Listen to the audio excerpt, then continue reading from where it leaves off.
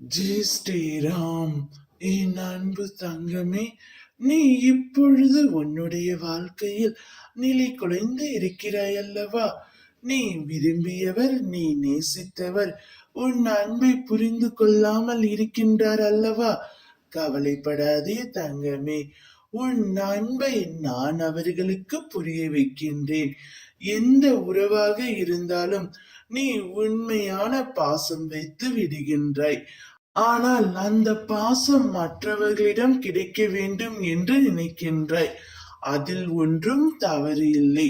நீ விரும்பியவராக இருக்கலாம், உன் துணையாக இருக்கலாம், உன் குழந்தையாக இருக்கலாம், உன் பெற்றோராக இருக்கலாம்.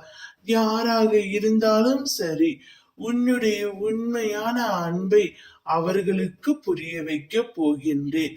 நான் உன்னிடம் ஒன்றை மட்டும் சொல்கின்றேன், கேள். வாழ்க்கையில் உன்னை நீயே ஏமாற்றிக் கொள்கின்ற முதல் விஷயம் என்ன தெரியுமா? நீ பாசம் வைத்த அனைவரும் உன் மீது பாசம் வைத்திருக்கிறார்கள் என்று கற்பனை செய்வதுதான். ஏனென்றால் அது எனக்கே நடக்காத ஒன்று. தாராளமாக நீ பிறர் மீது அன்பு வை, அதை திரும்ப பெற ஒரு நாளும் எதிர்பார்க்காதே. வாழ்க்கையில் நீ யாரை வேண்டுமானாலும் நேசி, ஆனால் அதே அளவிற்கு உன்னையே நேசிக்க வேண்டும் என்று நீ தவித்துக் கொண்டே இருக்கின்றாய். அந்த வாய்ப்பை உனக்கு உன் அப்பா நான் தரப்போகின்றேன். நீ மகிழ்ச்சியாக இருக்கக்கூடிய காலகட்டம்தான் இது. நீ நேசிப்பவர்கள் யாராக இருந்தாலும் உன்னுடைய உண்மையான அன்பை அவர்களுக்கு நான் புரிய வைப்பேன்.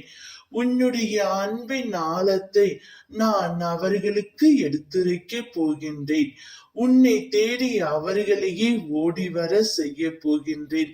எதையும் சற்று நான் பொறுத்து கொள்ள வேண்டும். அனைத்தையும் நான் மாற்றி தருகின்றேன்.